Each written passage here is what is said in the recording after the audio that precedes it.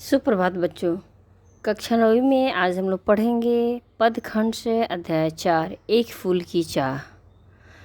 इस कविता के कवि सियाराम शरण गुप्त जी हैं। कविता को पढ़ने के पहले हम लोग कवि परिचय जानेंगे कि सियाराम शरण गुप्त कौन थे, उनकी कौन कौन सी प्रमुख रचनाएं थी, उनका जन्म, उनका मृत्यु कब हुआ। सियाराम शरण गुप्त का जन्म 1895 में झांसी के निकट चीर गांव में हुआ था।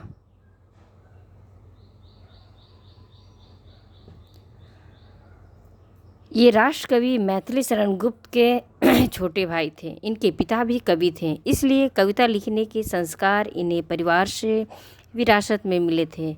इनके ऊपर महात्मा गांधी और विनोबा भावे के विचारों का बहुत प्रभाव पड़ा। इन्होंने अपनी रचनाओं में देश की ज्वलंत घटनाओं और समस्याओं का चित्रण करने के साथ सामाजिक कुरीतियों पर भी प्रहार किया। गुप्ता जी ने अपने काव्य में आधुनिक मानवता की करुणा, यातना और द्वंद्व को समन्वित रूप में प्रस्तुत किया।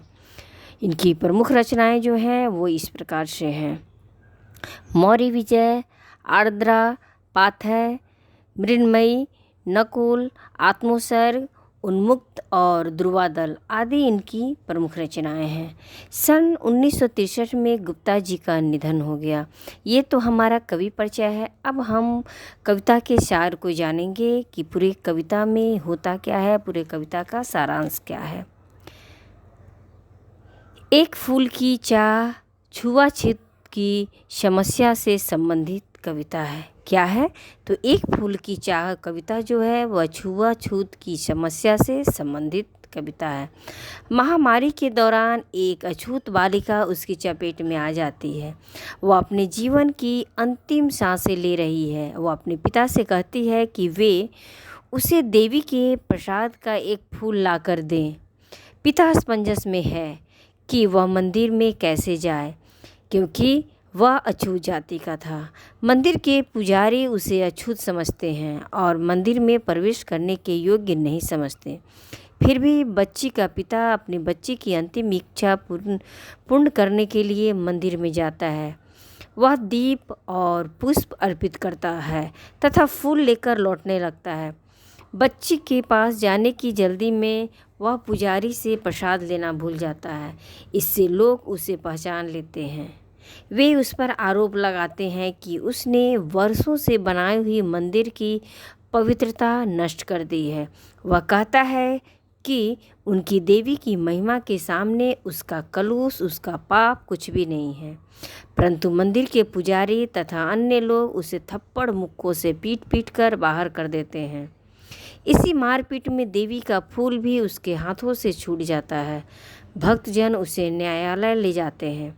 न्यायालय उसे 7 दिन की जेल की सज़ा सुनाता है।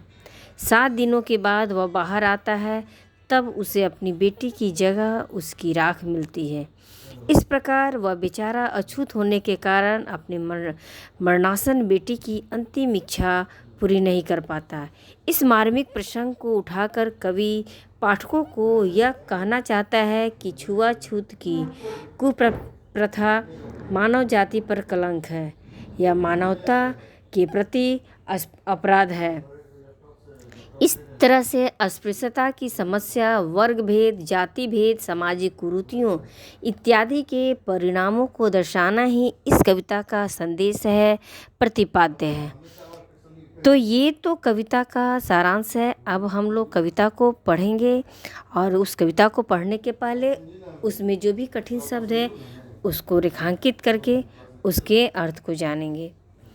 देखेंगे, हमारा पहला कठिन शब्द है उद्वेलित। उद्वेलित का अर्थ होता है भाव विवहल या भावना में गलाकर।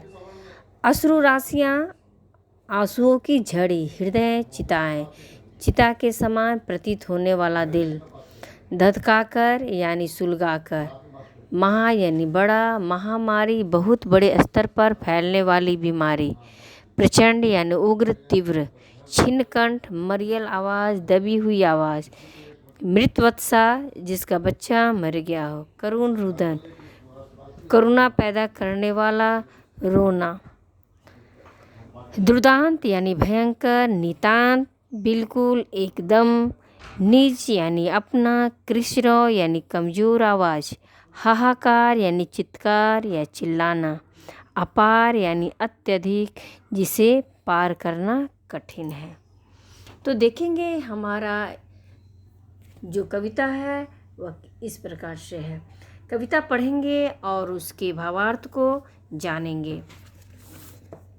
उद्वेलित कर अश्रु राशिया, हृदय चिताए धधकार कर। कवि श्रीराम शरण गुप्त कहते हैं कि जिन माँ के बच्चे मर गए थे, जिन माताओं के बच्चे मर गए थे, उनका हृदय जो है वह भाव विवल होकर आंसुओं को गिराते हुए, उनकी आँखों से आंसुओं की झड़ी रुक नहीं रही थी। उनके हृदय जो है वह चिता के समान प्रतीत हो रहा था। हृदय चिताए धधकार कर, उनका हृदय जो है चिता के समान जलता हुआ प्रतीत हो रहा था, क्योंकि उन सारे माताओं के बच्चे मर चुके थे। महामारी प्रचंड हो फैल रही थी इधर उधर। महामारी उग्र रूप धारण करके इधर उधर प्रचंड रूप में विराट रूप लेकर इधर उधर फैल रही थी। छिन्न कंठ मृत वत्साओं का, जिन माँओं के बच्चे मर गए थे, उन माँओं की कंठ की आवाज़ जो है छिन्न हो गई थी। रोते रोते उनका आवाज़ जो है कमज़ोर हो गया था। करुण रुदन दुर्दांत नितान, उनके रुदन में, उनकी रोने की आवाज़ में एक करुणा थी, अत्यंत दुर्दांत दुख भरी और अत्यंत नितांत भयंकर और बिल्कुल शांत आवाज़। रुदन उनके करुणा में रुदन थी, उनके रुदन में करुणा का भाव था, भरे हुए था निज कृष्ण में। उनकी आवाज़ जो है वह कमज़ोर पड़ गया था। रोते रोते जो है उनकी आवाज़ जो है कमज़ोर हो गई थी। हाहाकार अपार अशांत, चारों तरफ अजीबो तरह का हाहाकार मचा था, चित्कार मचा हुआ था।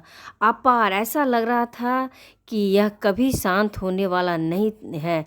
अपार अत्यधिक, जिसे पार करना कठिन, अर्थात यह अपार था या कभी न समाप्त होने वाला अशांति था। लग रहा था यह हाहाकार कभी समाप्त नहीं होगा। कवि महामारी की भयंकरता का चित्रण करता हुआ कहता है, चारों ओर एक महाभयंकर महामारी फैल गई थी।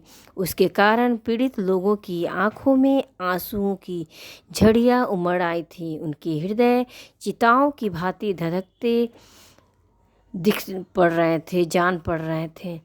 सब लोग दुख के मारे बेचैन थे। अपने बच्चों को मृत देकर माताओं के कंठ से अत्यंत दुर्बल कमज़ोर स्वर में करुण रुदन निकल रहा था। वातावरण बहुत ही हृदय विदारक था। सब ओर अत्यधिक व्याकुल कर देने वाला हाहाकार मचा हुआ था। माताएं दुर्बल कमज़ोर स्वर में रुदन मचा रही थीं। यह हमारा पहला पाठ है। शेष अंश को अगले पाठ में पढ़ेंगे।